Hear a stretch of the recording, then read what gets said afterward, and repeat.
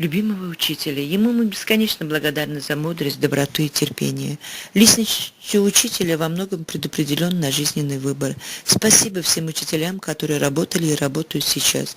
Домашняя школа грамотности открылась в деревне Первостепаново в 1884 году, 22 ноября.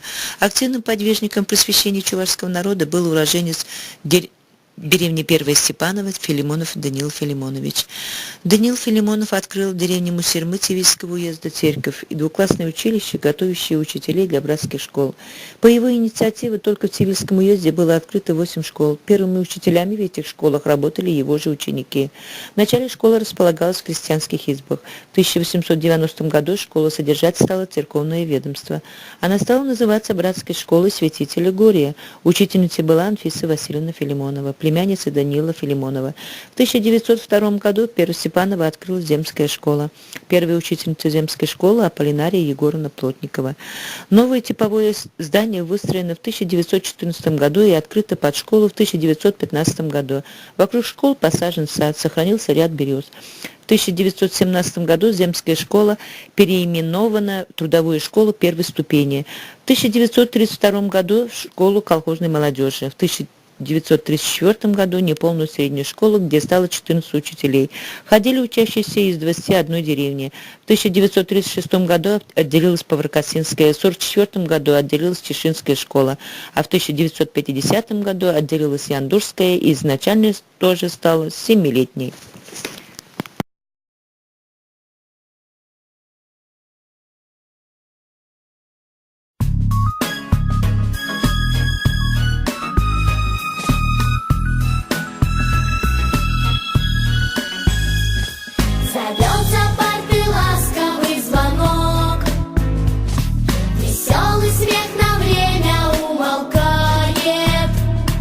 Учитель начинает свой урок.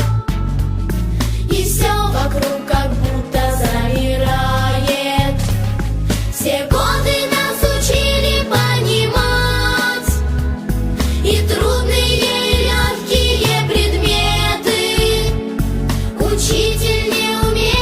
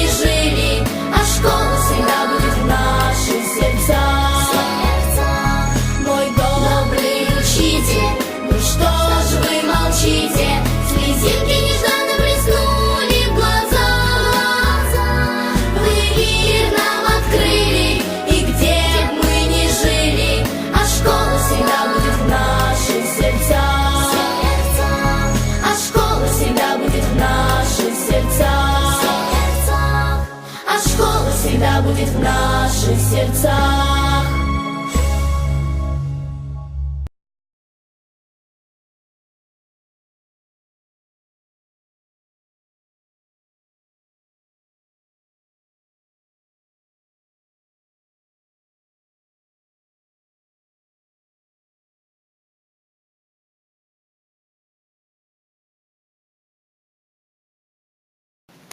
В числе выпускников школы писатель Афанасьев Кузьма Афанасьевич, герой Советского Союза Ижутов Николай Степанович, композитор Сергеев Александр Сергеевич.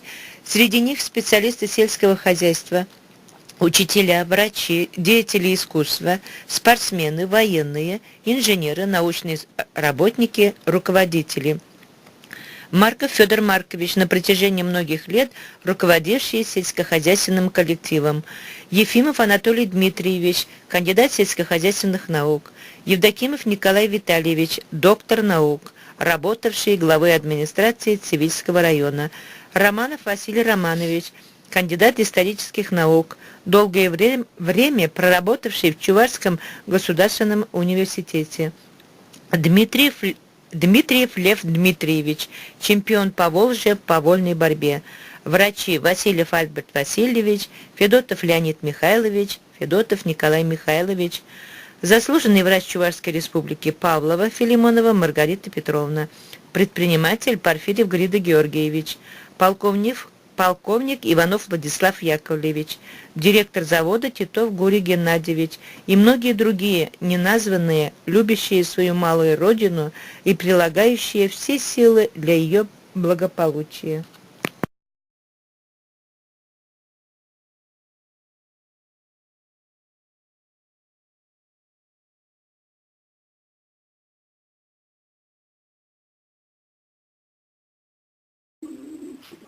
В 7 лет закончил похвальной грамотой. И после этого пошел в Игорвадскую среднюю школу, 8 класс.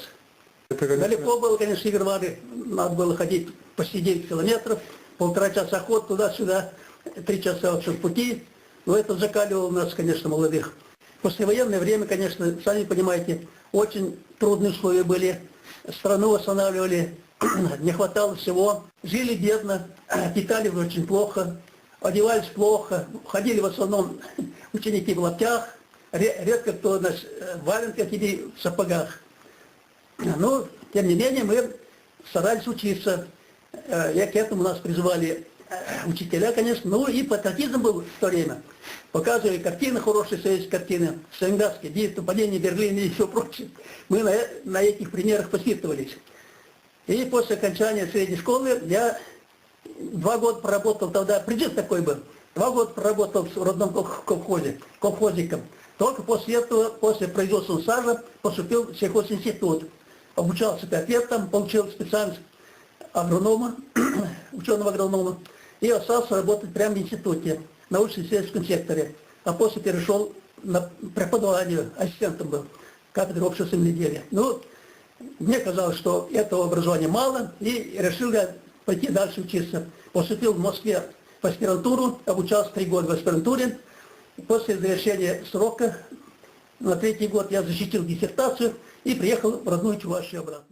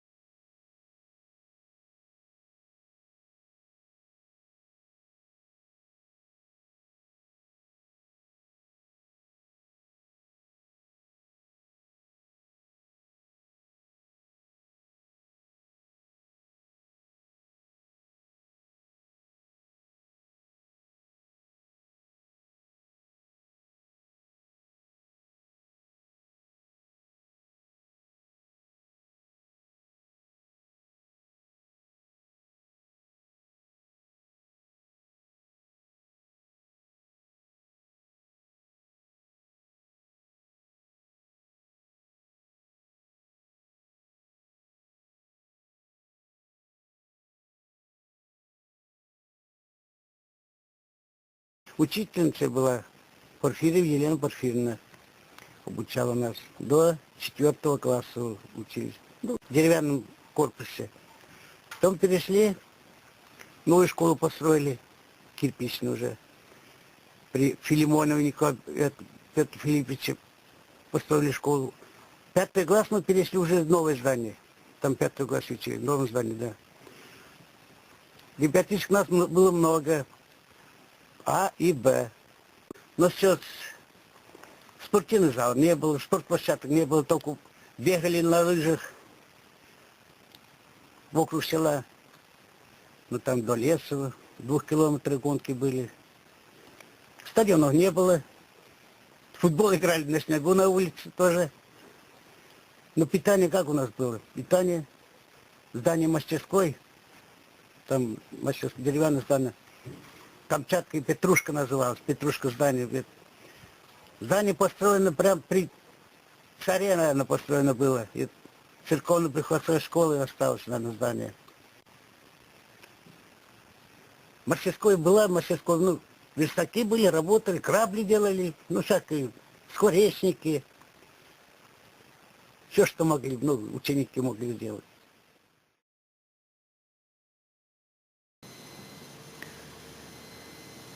Как сложилась бы судьба школы, а значит и судьба сельчан, если бы не решимость дирекции школы и всех заинтересованных, которые оставили свои подписи в обращении, построить новое здание для школы по современному проекту с дошкольной группой?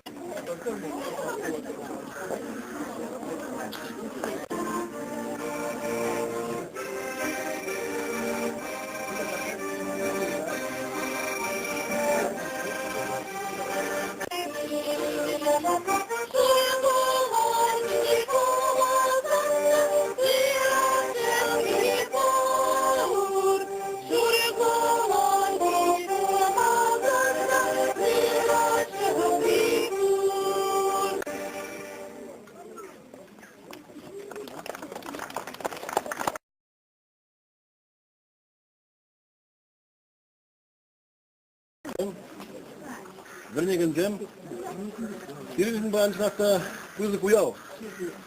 Ебір, көрде бірлештезе, күшкіла, шак ташlik яжыбе ярас кеңіскер, паянде, мен думалдай сезузе берзе, күшкіла баян бұжашын. КМК-8, начальники Михаил Александрович, был Сиренин Жол дұрыснебе, езір бұлыснебе, хамыр бірле дұрыснебе, шынақта школа дәрдемір, дайсник ұяу яжыбе зіре.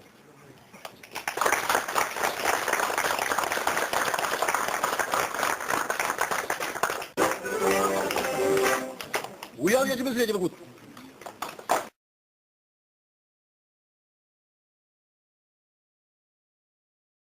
Благодаря главной администрации, благодаря нашим строителям, благодаря, я бы сказал прямо, конкретно президентской помощи, потому что президент мне направился сам конкретно 2 месяца назад.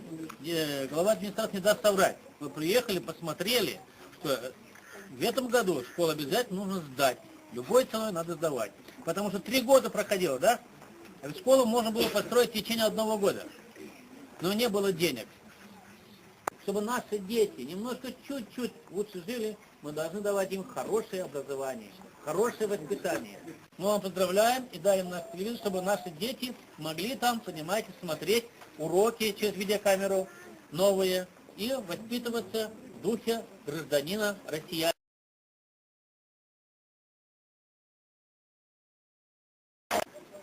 Епухамда тинбеге савынадып, шақ школа тозап дерні жын. Бұл школа тозап дерме камбушне тире уже кала забачыш, правда буш везене, тин буш тақсыне, тире валлеш пойдя, и бір школ тозап дердемір. Ну, шәне школда, шәне леверіне спать, лайық жақпыне спать.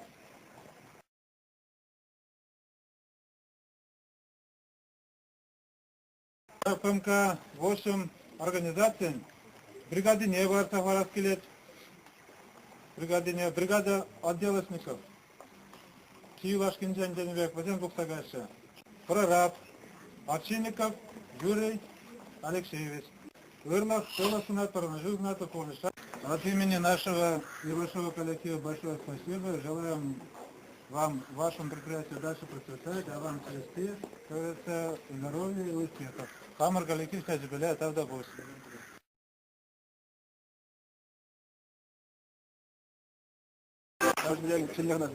Дав дела купили тебе, станжику уявляете, ямаш кузне, парня кузыках марварне, лажа варнелет.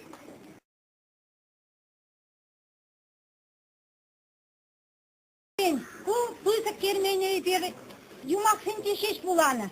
Hal bir numara. Ve seni şükregensin buysa sal. Şisep öğreneceğinizim. Yere şirip sığlık. Sunadıp. Bunu şöylesin takır buldur. Buysa sağız yere.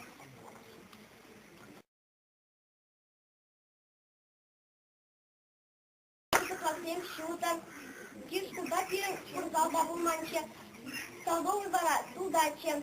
Хай бара шак кишин шурда, столовыйда, спортзалда шуда. Правда, буш тирешен деп, лайк шкуркуда банушен. И бир садакта варса, кырышла нет бар.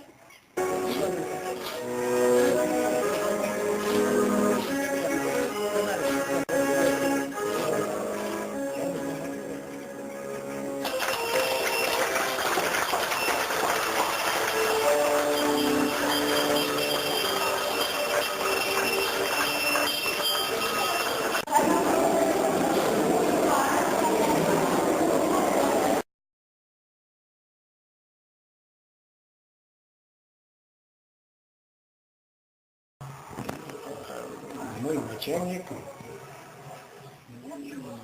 в общем, напрямую поставил задачу запустить котельную, в общем, а для этого надо было установить трубу, вытяжную трубу на нее.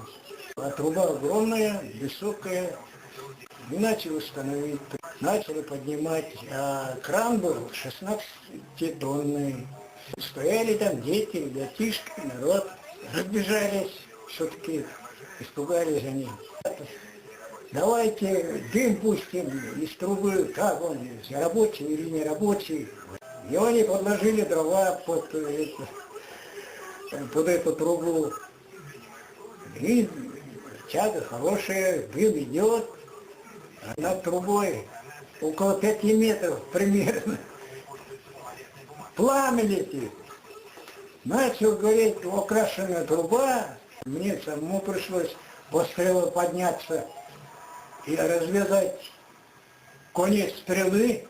Вот эту стрелу крана. Ну, все обошлось нормально. Вот это память.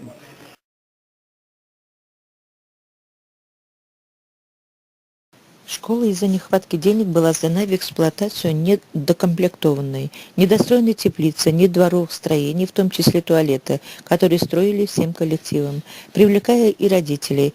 Кроме ученических столов и стульев не было другого нового оборудования и инвентаря для организации учебного процесса.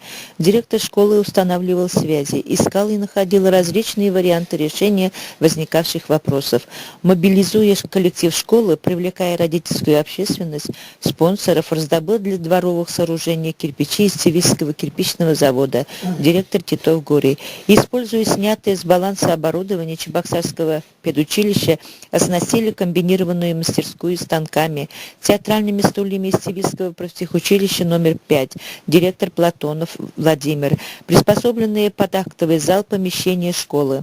Первый компьютер передал сельхозкооператив «Букет Чувашии». Стулья и столы, разнообразная мебель, витрины для школьного музея, полученные из Чебоксарского кооперативного института. Сетку к окнам спортзала предоставил Федотов Валентин Михайлович.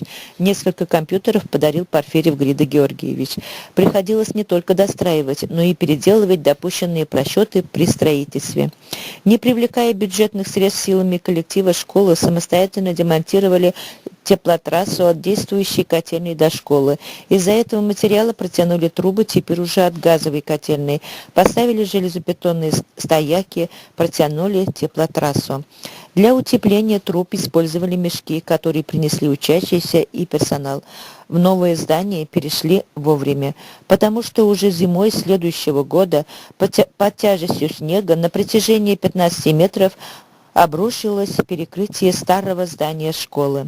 В 2004 году с началом отопления школы от газовой котельной появилась возможность открыть дошкольную группу в западном крыле здания. Тогда там решили разместить кабинет чувашского языка и музей, а на прежнем месте оборудовали актовый зал.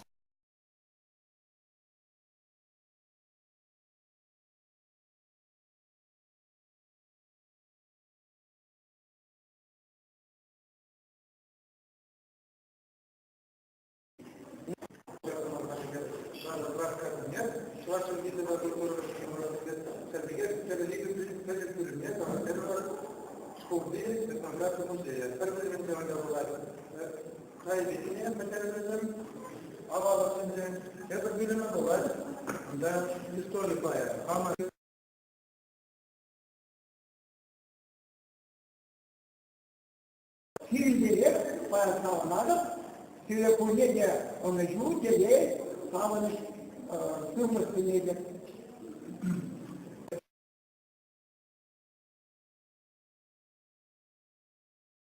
Yok kalaş kazanacaklar. Paylaşım yüzüge geldi. Bunun muzeye yol gilde kayadan çapta ona zaman müşenma. Ayın da çak paylaşım da beni geldi. Sen bu su paylaşım çak da beni geldi. Sonra millet onun yedi. Kuşak millet onun yedi. Şubat'ta millet şişirdi.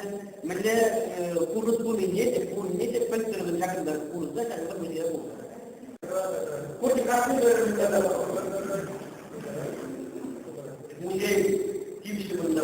Sonunda Waktu kita presiden mulai kemarin, musibah presiden jalan terjadi, betul terjadi.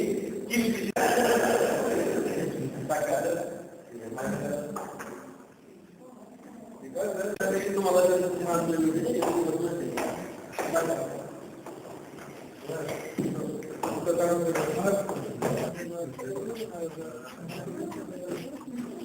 Kadında bağlı bakımın gidiyesi, şartı bazında elektlerin adasyan atanmayacağım, kugamay kugayım yamurduğuna. Kalaşma kuldarardır. Peki sınava mı koyuyoruz?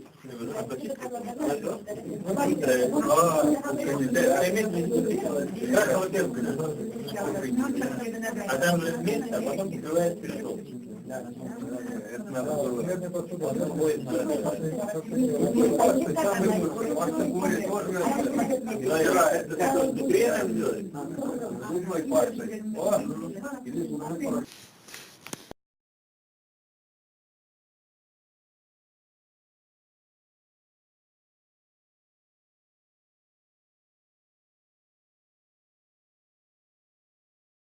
Перейдя в новое здание школы, силами коллектива засадили периметр участка деревьями, высадили плодовые деревья, посадили аллею из рябин.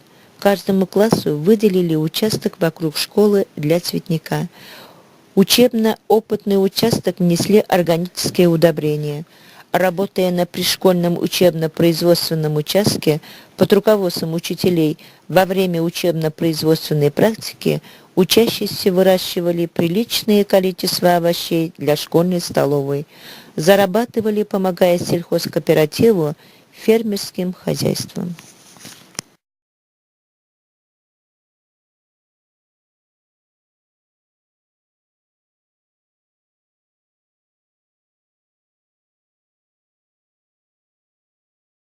В успешности учебы важное место занимает самообразование, стремление ученика к получению знаний, осознание того, что полученные знания пригодятся в жизни.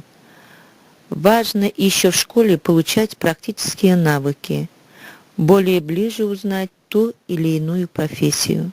Большое значение имеет внеурочные занятия по интересам, участие на различных конкурсах и олимпиадах.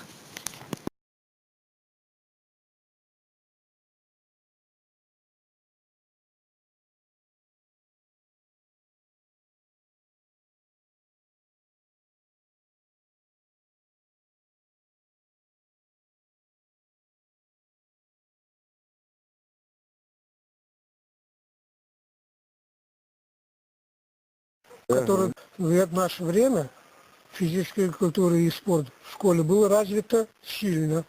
Мы были призерами в спартакиадах своего Цивильского района. Я в свое время, как раз во время окончания в 1963 году, стал чемпионом района среди школьников 8-летней школы. Занял первое место. Яков Иванович, который с нами занимался в неурочное время по фотографированию. С нами даже он все эти фотографии делал, обучал нас. По русскому языку преподавала у нас Подьярова Людмила Петровна. Была прекрасная руссовед. А чувашский язык преподавала Тамара Ивановна Филимонова. Была прекрасной учительницей и была она нашей классной руководительницей. Петр Филиппович Филимонов был. У нас он преподавал историю несколько вот, выхватил. Потом его перевели председателем колхоза «Союз». Это было при нас питание организовывали, чаепитие, даже было как-то типа магазина, киоска самообслуживания, вот такое было, в котором мы сами могли покупать конфеты, пряники, там печенье и денежки сами же туда оставляли. Так-то.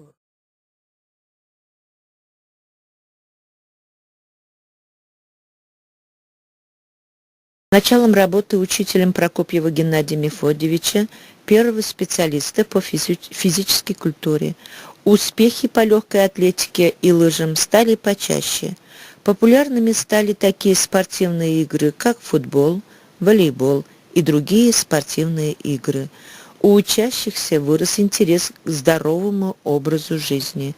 Старались не пропускать ни одного спортивного мероприятия. Это соревнования на первенство, на кубок по разным видам спорта, юноармейские соревнования, турслеты, эстафеты. Школа регулярно участвует в вошедшем в традицию пробеге, посвященном герою Советского Союза Ижутову Николаю Степановичу. Под руководством Федотова Анатолия Ивановича и Рыбкина Василия Николаевича они добивались хороших результатов.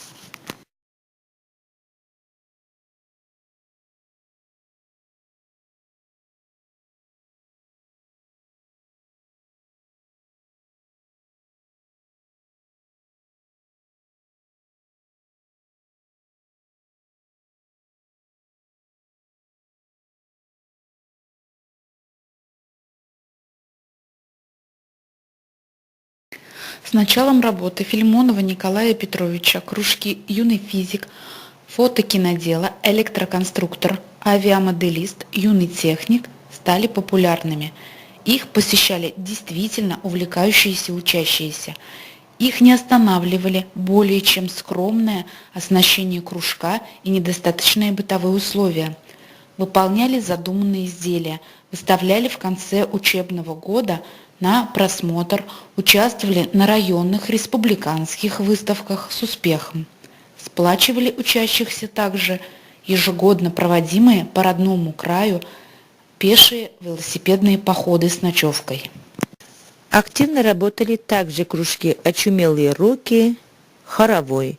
Руководителями которыми были Васильева Ольга Степановна и Архипова Надежда Александровна.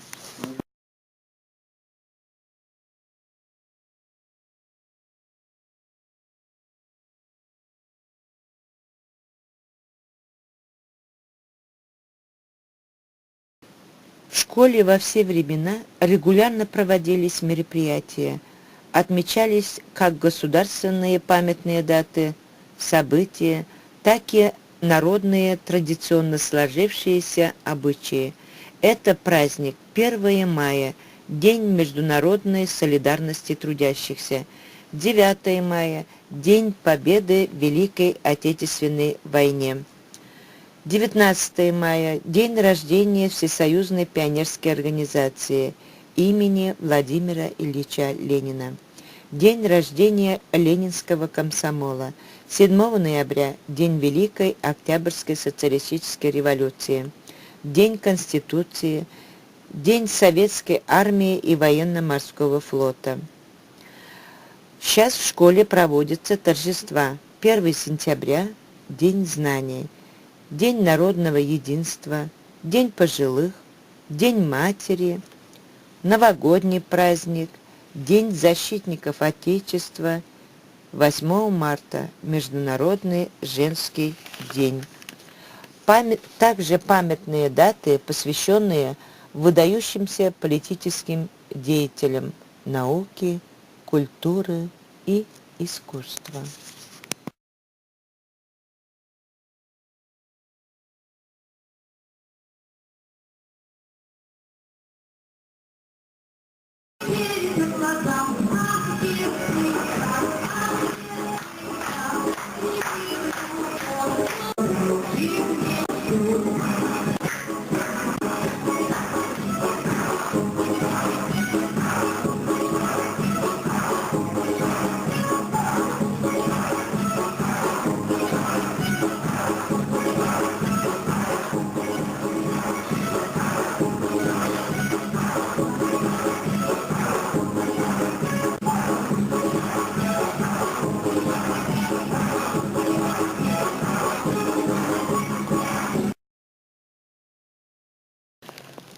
Начиная с 2003 года в школе работали трудовые бригады из старшеклассников через Центр занятости. С 2004 года школьные оздоровительные лагеря. Дошкольная группа открыта в здании, предназначенной для школы на 108 мест и детсада на 45 мест в 2 группах. Детсад в свое время не был открыт из-за отсутствия средств. Теперь пустующие помещения используются под сельскую библиотеку, врачебную амбулаторию, почтовое отделение. С 2011 года открыта дошкольная группа благодаря главе сельской администрации.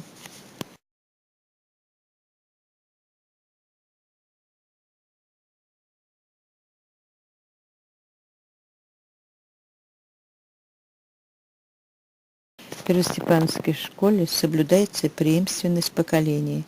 Трудовое воспитание, патриотическое воспитание неразрывно связано с обучением. Проводя встречи с ветеранами войн, слушали их рассказы, воспитывали молодежь на боевых примерах и трудовых традициях, оказывали помощь ветеранам войны и труда.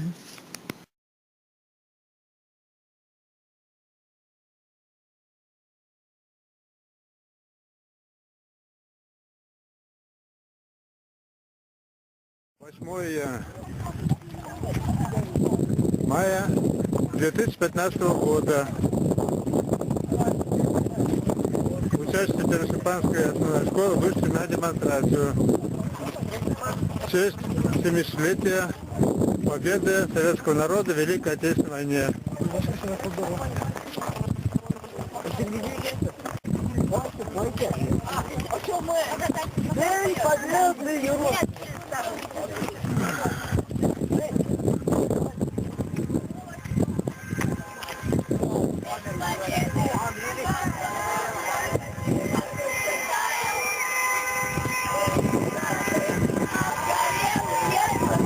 Этот день мы признали как могли.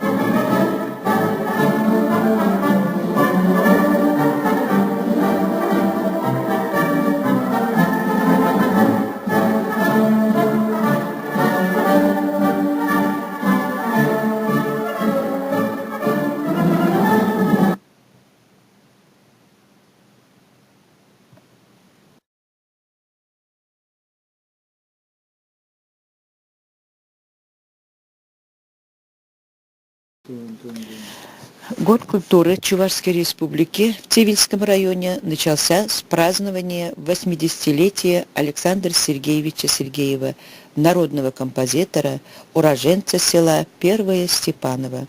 Торжества проходили в актовом зале школы. В Цивильском районе год культуры посвятили композитору Александру Сергеевичу Сергееву. Весной 2007 года дирекция школы направила письмо Министерству образования Чувашской Республики с обоснованием того, что целесообразно выделить автобус в Первостепанской школе, так как находится в географическом центре поселения. В результате первым среди основных школ получен для перевозки учащихся именной автобус от президента Чувашской Республики Федорова Николая Васильевича. На протяжении долгой истории школы немало достижений выпускников в разных сферах деятельности. Начало всему этому – семья и школа. И нынче школа может гордиться своими учениками, выпускниками. Это стипендиаты главы администрации Цивильского района Митрофанова Ирина, Яковлев Алексей, Алексеев Анатолий, Борисов Андрей и Алексеев Александр. Успехи учащихся – это итог деятельности учителя. По результатам государственной аттестации выпускников 9 классов за 2007-2008 учебный год Первостепановская школа стала лучшей среди 14 основных школ Цивильского района. Где успехи учащихся получение знания, там и светлые головы, любознательные умы. Еще поколение нынешних родителей учащихся добивалось успехов, демонстрируя выполненные своими руками хитроумные изделия на различных выставках. Член кружка «Юный техник», руководитель Филимонов Николай Петрович, Алексеев Владимир, участвуя в 1983 году на первой республиканской неделе науки, техники и производства среди школьников, занял первое место, удостоился грамоты и путевки в пионерский лагерь «Орленок» на Черном море. Там же команда заняла 3 место на конкурсе знатоков. Тренажер «Радар-1» для стрельбы по мишени экспонировался на 9-й республиканской выставке научно-технического творчества молодежи Чувашии в 1985 году. Там он удостоился звания лауреата, диплома 2-й степени и серебряной медали. Его авторы Леонид Евдокимов и Валерий Мефодьев – денежной премии.